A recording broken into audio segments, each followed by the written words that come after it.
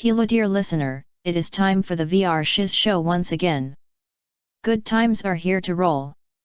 Enjoy what you got right here, right now with your favorite podcast hosts named Richard and Vince. Alright, welcome to the VR Shiz show. I'm Vince. I like that you were just waiting for me to keep going, even though I made it that nice pause for you to I interject. thought you were gonna say I'm Richard first, so that's why. Nah, why would I do that? It's Yeah, I am going. Richard. Both of us are exhausted because the week's been absolute chaos. The end of the last week was crazy, and then the last 3 days I barely got any sleep. Mm-hmm. Except last night, I forced myself to go to sleep, and I got almost 7 hours. Nice. So I actually got. I'm ready, dude. I'm ready for today, but I'm still exhausted. Yeah. But I'm conserving my energy enough for tonight. So yeah. See, this week has been trying to kill me. Yeah. Because it's Monday we're gonna record, and then my body decided to suffer and deal with allergies and couldn't stop getting snot out, and I'm like, great, this is cool. And then yesterday was busy, and then Tuesday, you were dying, and so it was just, all right, we're here today, and then today I'm still exhausted, but we got to crank out an episode because we're professionals here. That's the word for it. Yes, that is the word. Professional, Vince. High standards of quality every episode. Nothing but the best. We have been getting better though, audio wise. Yeah. Because I listened to some of our older stuff and I'm like, ooh, because the stupid software, everything about recording this and then garbage. I also got a different mic, and that actually helped a lot more. So. Yeah, it makes editing go by quicker because it's a consistent difference of sound or whatever, or echo, or I don't know what word I'm trying to think of. I don't know. Again, brain is gone right now. Yeah, it's going to be really funny attempting to talk about our subject today. But do you want to start off first? Do you want me to start? Yeah, I can start us off for media consumed.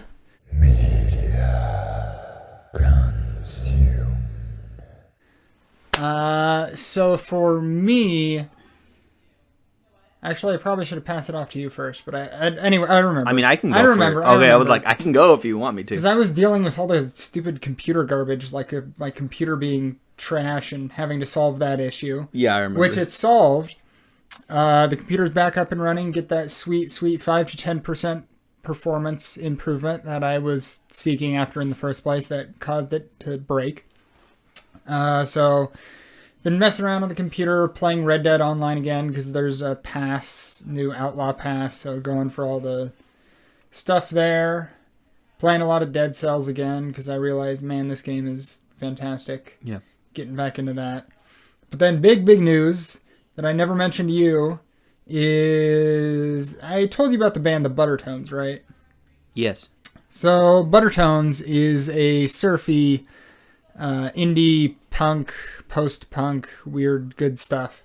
They're basically a 60s era surf mostly, with elements of other stuff, like I said, punk, post-punk, new wave, goth kind of ish. Mm-hmm. Thrown in there, sprinkled in there. But due to things happening, the band's music got taken down off of Spotify. And is that because of the bassist, or? I think it was the bassist, yeah. Yeah, okay, So the bassist got into hot water for supposedly doing some things. Allegations were made by the vocalist of Cherry Glazer. Their label dropped them and then made life suck for them, and then I couldn't listen to their music anywhere, which sucked because their music is incredible. Mm-hmm. It is some of the best, and it was right after they put out a new album too, Jazz Hound. Oof. And I still need to get that album on vinyl, but I can't find it anywhere because they're still not selling anything. But regardless, after all their stuff got taken down off of Spotify 8 months ago, it's finally back up on Spotify. So I can listen to it easily rather than try and find it on YouTube and not have it conveniently sitting in my playlist. But yeah, listening to the Buttertones, man, Their stuff is so good. The bass work, I almost said the jazz work, but that's not the intrinsic. I am like, my tongue is not cooperating. We haven't even mentioned Fred Durst yet, and you're already dying. Yeah. It's ridiculous. But saxophone is the word I was trying to say. I would think jazzy as well, but I think it's not rhythmic. It's another word. Melodic. That's probably the closest. I mean, those are the two things. You have rhythm and melody. Yeah. So if it's not one, it's the other. Of a jazz-esque, like sound, I guess. Yeah. But I mean, I'm a huge fan of surf rock in general. Like, it's one of my favorite genres of all time, and it had been dead since late 60s, early 70s. Surf rock died. Then there's one of my favorite punk bands. Used to be my favorite band for a long while, but Agent Orange. I have 3 of their hats, pins, patches, all sorts of good stuff of theirs because I love them. I think they were my first like real concert back in high school. But they're surf punk. They definitely lean more into the punk than the surf, but the elements are there where it definitely is surf and punk. But they're one of the big progenitors of that genre, with the other band being the Surf Punks, aptly named. Yeah, fair. But surf punk kind of had a revival, leaning more into the surf elements of it. Buttertones especially, like I said, very, very surfy. Got that nice reverb on the guitars, that sweet drip tone. Good stuff. Give them a listen. And again, separate the art from the artist, because no matter what comes out of those allegations, scummy situation. But if you are trying to listen to music that's only from good people, good luck with that, because everybody's a scumbag. Yes, that is true. You will never be able to listen to any music ever. Yeah. Especially because the music industry is kind of riddled with all of that too. Yeah. Sadly. Yes. But, yeah, that's all I've been chugging along with computer stuff and the Buttertones, man. Good times. Okay, I was thinking about what I was going to talk about today, because I could talk about Static, which has been fantastic, obviously. Reliving my childhood. We have that character growth because we had talked about it a few weeks ago, and I'm like, I'm totally going to watch it, and I started watching it. I could also talk about replaying the Outer Worlds, 2 games. That's the problem, is that there are 2 games. One of them is Outer Wild, one of them is the Outer Worlds. Yeah, and I always get them mixed up. And they both came out like within months of each other. So. Yeah, exactly. The beginning and then the rest of the word all are like the same exact thing. Yeah. It's just the one extra consonant and then the vowel is different. But this is the one that was made by Obsidian to go back to Fallout. Yes, exactly. That has also been fantastic. The writing is good. The characters are great. I pretty much found one of my favorite characters of all time, and he's in a DLC for that game. I don't know why, but he made me laugh, and I just loved his character. Mm-hmm. I cannot pronounce the name, though. That's the one thing. It's like Samuel something. All right. Super hard to pronounce that last name, and I'm like, I'm not even going to try. I tried a few times, but it felt like they made up the name, and they're like, yeah, we'll just go with that. Just said some gibberish into the microphone and stuck with it. Yeah, and then everyone else is in on the joke except me. But instead of you those are the two, joke. Yeah, exactly. Instead of those 2, which have been fantastic, I do recommend both. Mm-hmm. What's it called?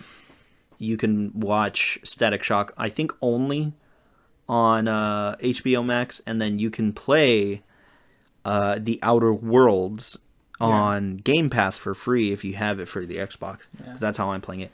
But the thing I'm going to be talking about is the manga I read today. Oh, because I decided to actually start it today instead of a few days ago when I got it. Because I know you said like a week ago, like, ooh, I got some coming in. Yeah, I got 2 coming in. One of them is coming. The other one that I haven't gotten yet is coming in tomorrow, which is Zom 100. Storyline looks really good. It's about a guy who just dead-end job, everything else, and then a zombie apocalypse happens. Nice. And for the first time in his life, he's like, I feel free to do anything. Maybe I'm actually brave enough to do all this stuff. So he makes a bucket list of 100 things he wants to do before he gets inevitably killed by the zombie apocalypse. Yeah. And then he realizes that his next door neighbor, she's cute and also trying to survive. So they kind of make this pact where they're like, let's do this together. That's the premise of that one, but that's not the one I read. I'll talk about that one probably next week. Yeah. The one I read today is called Spy X Family. And the premise is bonkers. All right. But it's great. So it's about a spy, obviously. Does he fight another spy of an opposite color? No. It's not spy versus spy. Although I did love that series growing up. I loved all the cartoons are fantastic. Minimalist comedy at its peak. Yeah. It's just overall great, but it's definitely set during like the Cold War. All right. And I say the Cold War because they don't specify whatever nation. They're just like, oh, we're the people on the West or we're the people on the East. Like that's how they do it. All right. But the main character, his code name, because you don't get his real name, is Twilight. Mm-hmm. He's definitely modeled after like a white dude. Yeah. But he gets this new mission after doing his last one. And it's like, hey, you need to infiltrate this school academy. And the way that you have to do that is, well, you need to enroll the child in there. So you need a wife and kids. And he's like, all right, cool. I've never done this before, but let's try. So he goes to an orphanage, as you do, because one of the people in there is like one of the most powerful men on the planet. But it's like one of those guys that like, he basically runs all like the background crime stuff. All right. So he's like, oh, you need to, this is the only place he's ever seen ever. So we need you to get in there, get a kid, establish repertoire. Maybe you'll get to meet him, stuff like that. So he's like, all right, cool, do it. He's like, all right. He goes to like this back alley, orphanage, where you can just pick up a child without any paperwork. I don't know if that's an orphanage so much as it's... Yeah, but this is the best part. Because you can tell this is definitely in the East, like Russia type deal. Because the kid that he picks up, her name is Anya. And she's a bit weird. Like, nobody in that place likes her, not even the staff. Because it turns out, she hasn't told anyone, but she's a telepath. She can read people's minds. So when he's like, oh, what about this kid? Because she's reading his mind and everything else, so she's able to do all this stuff. So he's like, oh, this kid's actually really smart. Mm-hmm. Her brains will actually be able to get me into the academy. That's sick. So he decides to choose her based on that. Mm-hmm. And then they're like, okay, so let's do the paperwork. And they're like, nah, we're cool. Just get her out of here. They're like, the sooner she's out of here, the better. Mm-hmm. And she's excited because she's like, oh, wow. This new dad is a spy because, she can read minds and stuff like that. And she's like, well, hopefully, this doesn't end well because you find out that she's been put into like 4 different orphanages. She gets taken back every time. And now she's thinking like, cool, now I'm going to have like a cool dad. So like, let's see what happens. And then he's like, she manages to get the role because she's like 6-7 years old and she's getting into this academy. And she's like, I don't know any of these answers. So she starts reading the mind of all the other kids around her and just manages to pass. So they're like, cool, you got to the second step. We need both of your parents there, no exceptions. Doesn't matter if your parents dead, no exceptions. So he's like, I need to find a wife. So... See, this just sounds like the anime version of Kindergarten Cop. I was thinking Mr. and Mrs. Smith, but more anime. Yeah. So, that's the best part. So you got a telepath and a spy in the family. What is the third one that's going to complete out the set? He meets this really cute girl at the tailor because he's getting a suit done for that and getting something made for his daughter. Yeah. And she happens to be an assassin. Yeah. And a lot of assassins are being outed right now because at the time, during her age, a lot of single people are assassins. So she's still single. She hasn't been in a relationship and she's panicking like, oh, I need to somehow figure out a way to like have like a fake boyfriend or something like that. So then like that suspicion gets taken away from me.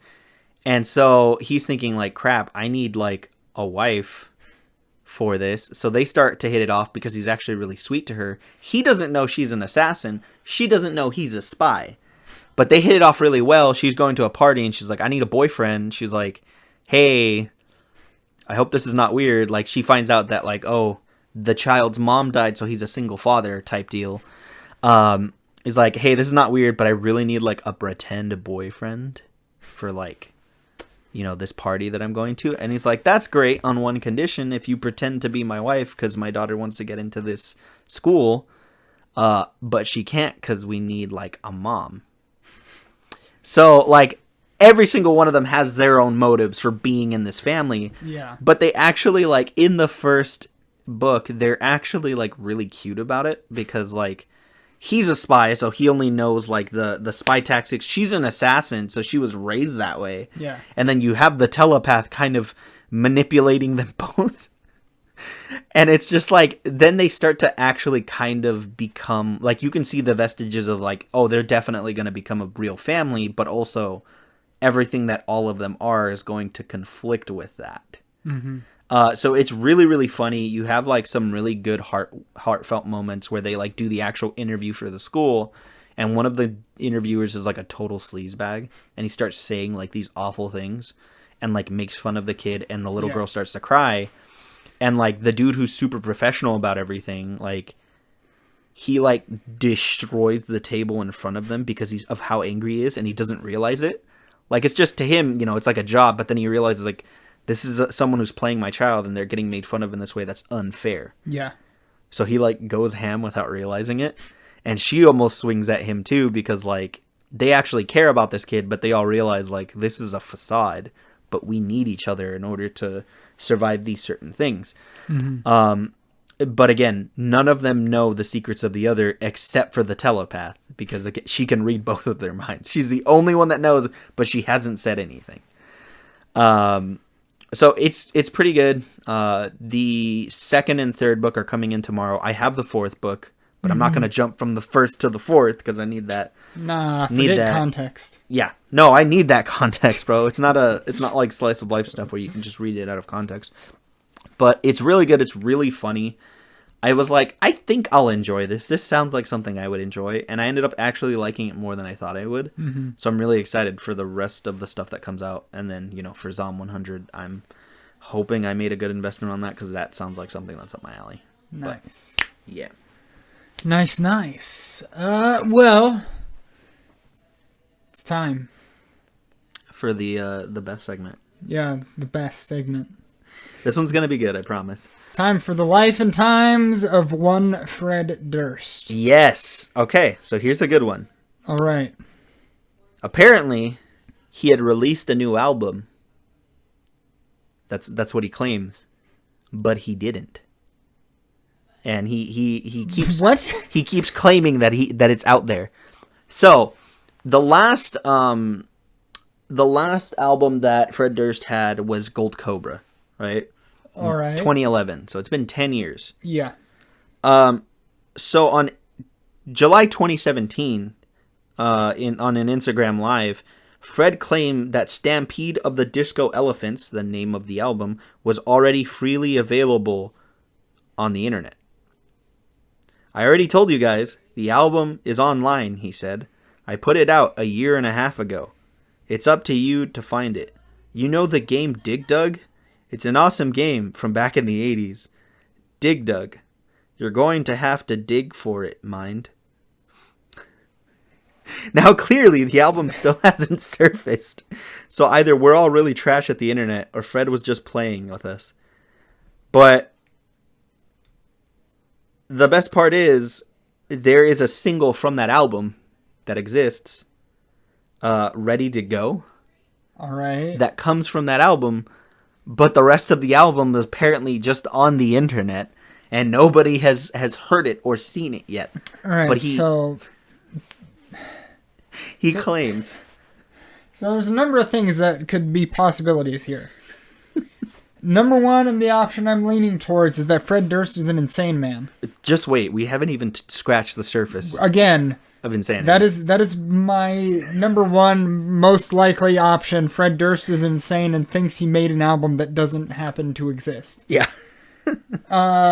Option number two is that he's just trolling everyone, and he's been going at it for the past 4 years, apparently. Which would be incredible. That's a good troll. Yes.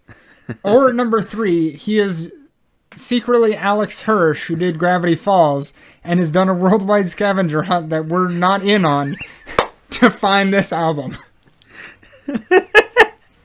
So the canon is that Alex Hirsch is actually just Fred Durst, and he just wasn't making it in music the way he wanted to, so he decided to use his creative genius into something that's actually incredible, and that was exactly. That's awesome. What if that is the actual thing, and we just blew it out of the water? We're just gonna get a knock on your door from Alex Jones. Alex Jones? Yeah, he's in on it too now. Bro, he's in on everything. He's in on everything. Stupid. It's so great. Okay. Now that that's over, I really I tried looking for it and I couldn't find anything, but I don't look hard enough for anything. So, we'll report back if the album surfaces. Yeah, and then I'll do a review on it. I don't care. So today's topic was something we made a few days ago, and I think it's a little bit different than some of the other stuff we do, but I think it'll be fun.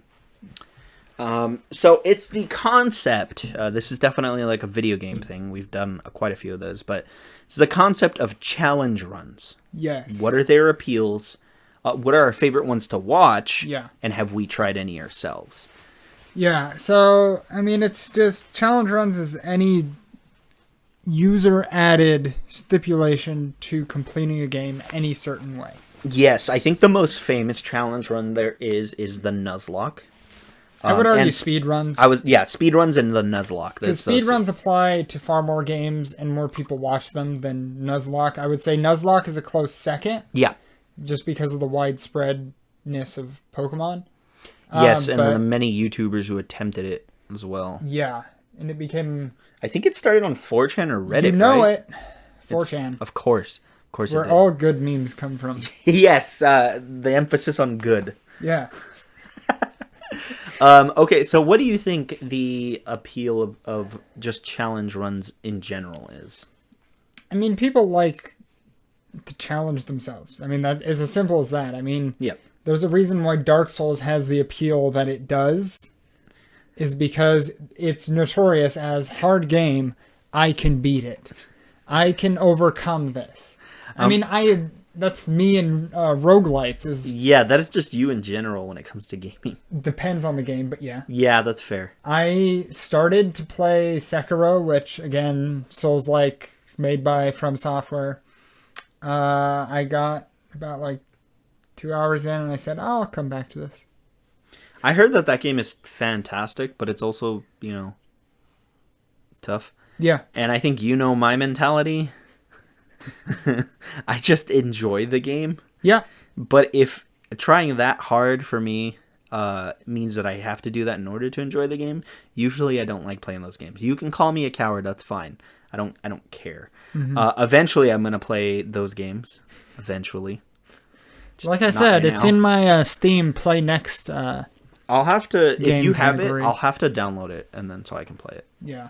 And then tell you, either this is awful or it's incredible, but also awful. Yeah. But, I mean, as a whole, people just like challenging things. And if you can make it harder than it already is... Yeah. I mean, people always go for hardest difficulty in games. I mean, the fact that games have difficulty at all is an example of that. You want to push yourself beyond what the normal is. Yeah. And so, to do that is... you have to impose the challenge upon yourself. Yep. And especially nowadays, I think it's also about kind of the recognition aspect of it. Because in the past, it was kind of, I want the challenge of it, but also a different way of doing it. Because with Nuzlocke, that kind of stemmed from, well, Pokemon is kind of stagnated. Yeah. It's kind of easy at this point. What can we do to spice it up, make it harder? Yeah. So Nuzlocke, for the uninitiated, is a few tweaks to the standard Pokemon rule set that you have to impose upon yourself. There's no way to do it in game. Do it in game. Unless you play one of the modded versions of something, because some of them do that. Yeah. but that's not like bog standard. Yeah. So Nuzlocke, the first key step is that you can only catch the first Pokemon in an area that you see. And if you defeat it, or it runs away, or you die, you do not get that Pokemon in that area. Second is that any Pokemon that faints is dead. It's considered dead. You have to either box it or release it. Release it. I've heard both. Those are cowards who don't feel like committing. It's just extra time on my part, so I just box them and then release them after I die. Coward. Yeah, we already talked about this earlier with Sekiro. I told you. It's fine. But those are the two main rules. A third, more common rule is that you have to nickname each of your Pokemon as well. Yes. So the whole point is that it makes it more sentimental in a sense. Makes it how Fire Emblem used to be. You still can do that. I mean, you still can, but like it was forced in the older games. I remember. I played the ones on the Game Boy Advance. But yeah, so it's basically like Fire Emblem, but with Pokemon. Yeah. Just Pokemon mechanics and all that. And then there's other rules you can add on top of that, like you can't buy items, or you can't buy healing items, or you can't use Poke Centers, you can only use healing items, what have you. Different rules like that. Yeah, some of them are insane. Yeah, I was like, how do you even refill your... You're just a sadist at that point. Yeah, I was like, how do you even refill your moves? Because you have PowerPoints that you have to... Yeah, exactly. Like some of the challenges that people go to on it is bonkers. Yeah, I've seen different iterations. Maryland, the guy who introduced me to Nuzlocke, was the one who created wedlocks, where you have to have them gender locked. So if you catch a boy Pokemon, the next Pokemon has to be a girl. And then when you use that one Pokemon, the only other Pokemon you can switch out to is their partner. Yeah. So like if you're having like a gym battle and you just happen to have an awful combination, but one of them is really good for that gym, those are the only two that you can use unless they both die. So it's like I did that one and I got, I think, to fourth. I got like to fourth gym in, I think, black and white, which is the farthest I've ever gotten in any Nuzlocke variant ever. No, I did Nuzlocke on, it was either Ruby or Sapphire, but it was one of the two in that third gen, and I got pretty far, and then I just kind of got bored of it. Yeah. Like, I was still going strong, and I could have gone further, but it just turns into grinding at that point. Yeah. And so it has its appeal for like one run, maybe not even like a full run some of the time, like for me. Yeah. But it just that's probably again the second most popular, but as a whole, speedrunning. Speedrunning, yeah. Speedrunning is an interesting beast because that one is many also challenge runs within itself. Yep. Because you'll have certain games like reach a certain point in the game, or do a certain thing in the game the quickest, or beat the game in a certain way the quickest. Because the standard main two categories for speedrunning is any percent and 100%. Any percent means you do what you do to get the fastest possible time. With any percent, or that's any percent, with 100%, you have to go through, beat the game 100%, do everything there is to do. If there's collectibles, collect them all. If it's beat every single boss, even though you only have to beat a certain amount, you have to beat all of them. And quite literally just 100% the game. Yeah. In something like Spyro, that's collecting all of the gems, freeing all of the dragons, what have you, stuff like that. And so those are the most common ones. But again, because people are insane, they like to add even further stipulations on top of that. Nope. Because there's so many broken categories, or categories that are broken down into with like Spyro. Like one of the main ones that I saw a video on the other day was vortex runs, which is you have to beat the game using the vortexes. In a certain way and all this other stuff. It's a pretty interesting video. I'll try and link it if I remember. I think Brian expressed the fact that he wanted to do a Spiral Vortex run, speed run in Yes, he did. over the summer. So if he is very much like a completionist. Yeah, he tries to 100% all games, which is kind of the most generic challenge run, I would say. Yeah, but I mean, if you enjoy the game. Yeah, but I mean, I'm just saying that's probably the most commonly done challenge run by anyone and everyone is just to 100% a game. Yeah, I think you need a special type of mental fortitude for speedrunning, because I've seen some stuff in speedrunning where I'm like, how did you know this about the game? Like, how did you... Which I'm just like, you basically manipulate the game to your will. Yeah. I think I've only ever watched one full speed run, and oh god, what game was it? I don't remember what game it was, but he was very close to beating the record, and then like I think he misinputted, and it cost him a few seconds. It was so sad to watch, and that's the reason I watched it, because I was like, that sucks, bro. Yeah, see, I could never attempt it, but some of the things that speedrunners do to figure out tips and tricks to get through games quicker is... It's insane. Crazy. These people have mental issues to go to this capacity to figure these things out. Because one of the recent ones I saw was for Battle for Bikini Bottom, the SpongeBob game. Yeah. And so they figured out, first of all, through years of playing it, that the Xbox version is the best because of the load times and everything. That you want a specific disk drive that reads the disk faster, because emulating it is even slower. Yeah. And you want your disk, even though it can be read quickly, if you want to perform certain skips in the game, you have to rub sweat or grease on the disk so that the disk skips enough that you can perform the skips reliably, but it can still read the disk fast enough to get through the loads quicker.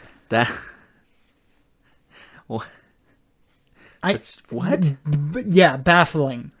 It's insane what people do. Yeah, no.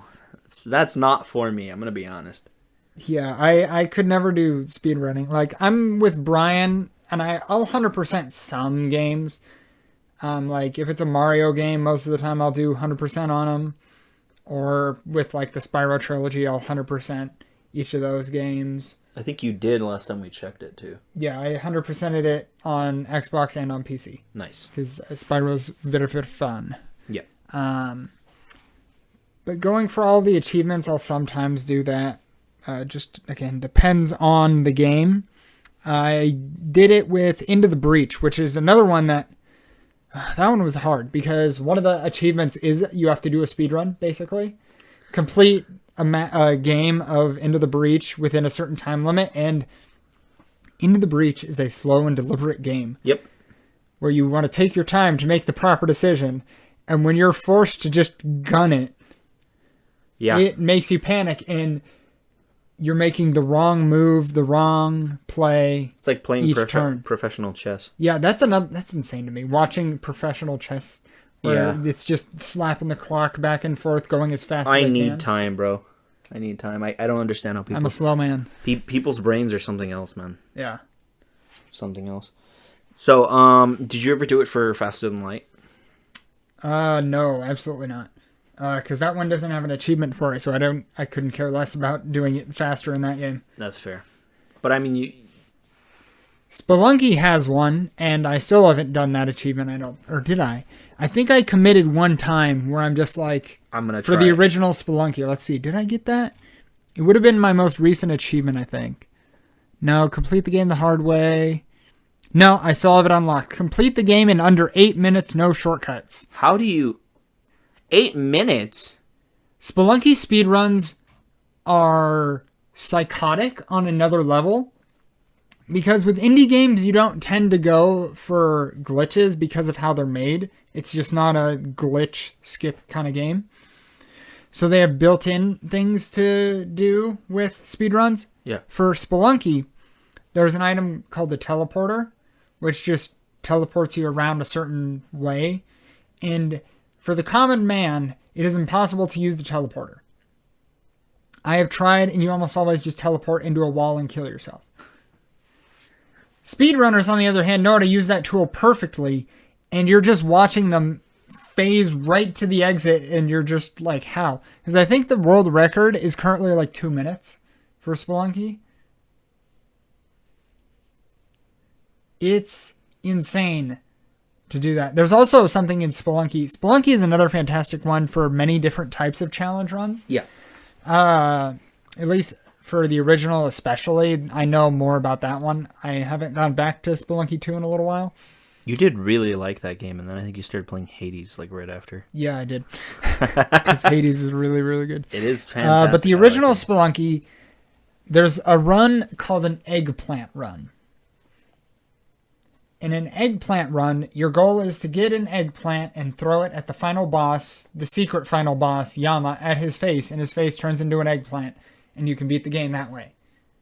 But you have to do all of this crazy nonsense to get an eggplant, to get to Yama, and to put the eggplant on Yama. Because you need technically 2 players to do it. Because you need certain items to get to Yama, but you can only carry 1 item at a time. And if you're carrying the eggplant, you can't do anything. Yeah. So you have to be on a specific save that has either a free character or you co-op it, but you can't. That'd be insane to try and co-op a speedrun like that. You guys would both have to be like in sync. Yeah, completely. I think an eggplant run, the world record is like 14 minutes. Yeah. And so watching speedruns of Spelunky is very psychotic. Yeah, I've watched regular gameplay and I'm like, oof. So I can't even imagine the game like that. I'll have to show you a video of Spelunky speedruns because they're pain. You're just like, how any of this? Yes. But as for non-speedruns, we do have other challenges that we've done. Like I said, we've both done Nuzlocke. But you said you were doing some fun runs in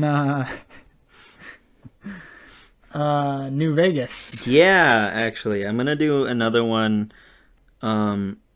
If it works, I haven't checked it yet, but I was downloading Skyrim. But through the Game Pass, and everything I've read is like, this game crashes consistently.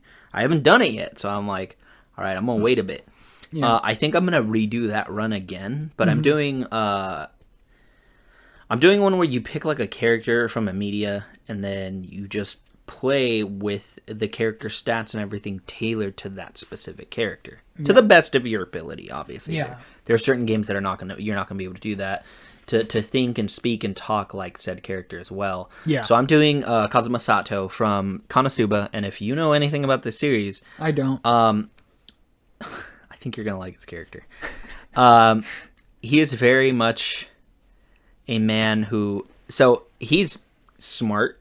He's not like OP levels of intelligence. Mm-hmm. He knows more than like the average person, but he's also very exploitative and manipulative, kind of a jerk, a coward. All right. Definitely will throw his teammates into danger in order to get the job done, kind of deal. But he also has the highest luck in that world, save for the actual goddess of luck. The only person to have ever beaten him in rock, paper, scissors was her.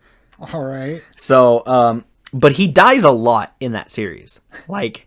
I think in the light novel where I'm at, he's died about 6 times. All right.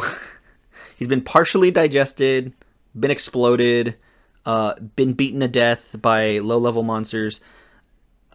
So the point of this, I did that in New Vegas, where I decided, okay, so these are the stats that he's going to use and use well. Yeah. These are the stats that are going to be low. So all of my special stats... they said in the anime that all of his stats were below average. Mm-hmm. So I knocked everything down to 4. So his strength, everything is just 4, but his intelligence is 8 because it's above average, it's pretty high, and then his luck is 10 because it's the highest you can go. Yeah. So the run is going better than I expected. I'm gonna be honest. If I get the drop on someone first. I'm putting his sneak skill high because he is a thief. He does sneak stuff consistently, uses it to great effect. Melee is pretty high, but again, I'm also like really low in terms of strength and endurance. So if I don't kill them outright, most creatures in the game will kill me if I don't get the drop on them. If I don't fire first or hit them first, they will almost never get crippled, because that's what happens. I forgot what I was fighting, but I crippled him, then he dropped his weapon, and then he exploded because Bloody Mess is incredible. So I'm getting all the luck-based perks. But the thing is, if I don't kill them outright within the first 2 seconds and they close the distance, I get breathed on and get bodied. Luckily, like Kazuma Sato, I also have companions that I use to great effect. I decided to bring Veronica Santiago, who is one of my favorite characters. She is the punchy Brother of Steel lesbian that I decided to use in-game because I think it's perfect for another character in the game, Darkness. Or for another character in the series, Darkness, where she can't hit anything with a sword, but if you just let her use her fists, she can outfight pretty much anyone because she has immense strength. And I'm like, that's funny. That's kind of like Veronica. Yeah. Let's do that. And she also comes from this background that's pretty crazy, you know. Darkness is a noble. Veronica comes from the Brotherhood of Steel, which is like one of the most powerful organizations in game. Yeah. So I decided to go with that run, and then Eddie, because Eddie doesn't really do anything. He's kind of useless like Aqua. So I decided, yeah, I'll have Robot with me. They say about the same amount of intelligible things, so that's great. Run is going well, but again, if they manage to get through Veronica, I almost always die. Like that's why I haven't done the run in the, oh my gosh, I can't remember the name of it, but where the mine, where all of the death claws are. I haven't done that yet because I don't know if Veronica can stand up to that much pain just yet. If she can't, I will die immediately. Yeah. Like, I died with high-level characters before, and I'm at, like, maybe 18 right now, which is low considering the highest that you can go in-game is 50, if I'm not mistaken. So the game is a lot of fun this way. It's hard. I definitely have to think more this way because I'm like, how am I going to get the drop on this enemy? It is an absolute joy to do really well, and in the heat of battle, to not realize that I had just stepped on a landmine and see my character explode and die at full health, because that's great. I haven't found any armor that can complement me yet. That is also going to be functional but not heavy, so I still have some speed. Because again, I'm slow in game as well. But it's been really fun. I'm going to try and do that run in a fantasy world like Skyrim again. Yeah. I don't know how I'll specifically do that, but it'll be fun to attempt to play that way, but also immediately die again. Yeah. Yeah. See, I've been doing technically challenge runs, I guess, in Dead Cells. Although it's not my intent of which challenge I decide to go with. Because of the nature of roguelites, you just kind of get a hand and you work with it. Or it's like Hades when you do what are the contracts? Yeah. So when Dead Cells, certain types of weapons lend themselves to certain styles of play. Yeah. So I go with 3 or 4 main ways of working at it. Yeah. But one of my favorites is just the backstab. Because you get, there's a weapon in the game called the Assassin's Knife or the Assassin's Dagger or something. And it deals critical damage if you hit an enemy from behind. There's an ability, a skill in the game you can get, if you find it, that just teleports you behind an enemy. So you're already there. So, and then there's an ability you can get, or it's called a mutation, that reduces skill cooldown times if you deal critical hits.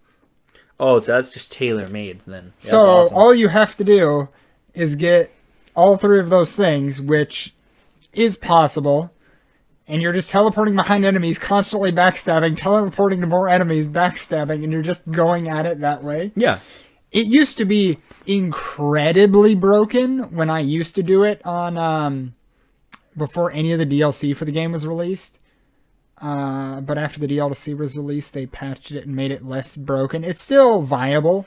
Yeah. And I'll still use it from time to time. But it's not as But it viable. was broken. Because all I did was just teleport to the boss, backstab, backstab, backstab, teleport to the other backside of him, backstab, backstab, and just kept doing that over and over and over again. And it was just the most broken combination in the game. And then they nerfed it. I'm like, why'd you guys do that? I was having fun. I was having a good time. That sounds like something I would do, honestly. Mm-hmm. But Trying to think of other... Oh, I remember now. There's one where my brother and I we actually did a challenge run together. This was a long time ago. We did Resident Evil 5. Because it's a co-op game. You know, I actually really enjoy that game. Especially because my brother and I played it together. I would imagine, because I've heard that game is not favorable for most people. Yeah, for most people. It's definitely a departure from the other stuff, but it's still very much fun. I mean, it's definitely bonkers. But we decided to only play with starting pistol throughout the entire game. Oh, gosh. That was, you know, as you know, it definitely got a lot harder as we went on. The first time we attempted it, we decided that we weren't gonna upgrade anything. And then the second time we tried it, because we didn't beat it, and then we were like, hey... I wonder why. Yeah, I know. I'm like, hey, so what if this is the caveat? You can upgrade your pistol, but you can't use anything else save for your knife, because it's a natural thing that you can use. Yeah. I cannot upgrade my pistol, but I can equip throwables, like grenades and stuff like that, because I use them pretty often.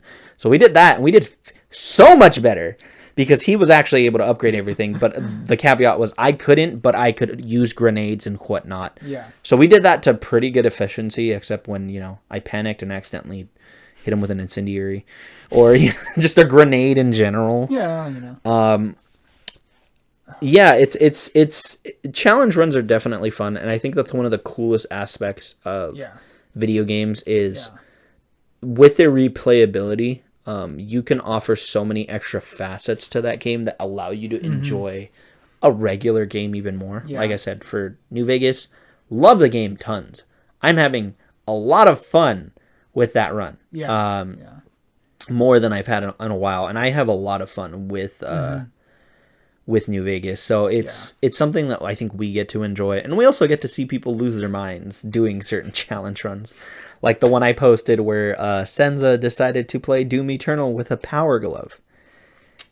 And see, I wouldn't even call those challenge runs, because I just see people like play shooters with like Donkey Kong bongos, and like I think I've sent you the dude who played Overwatch with a baguette, the dude who played Overwatch with bananas. It's insane. yeah, at this point, it's just like, what else could you possibly play the game? I think I saw Little Z play Donkey Kong in Smash with the DK bongos.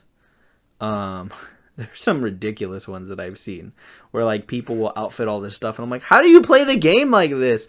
And they're better than I am, and I'm just like, please, please give me some of that skill.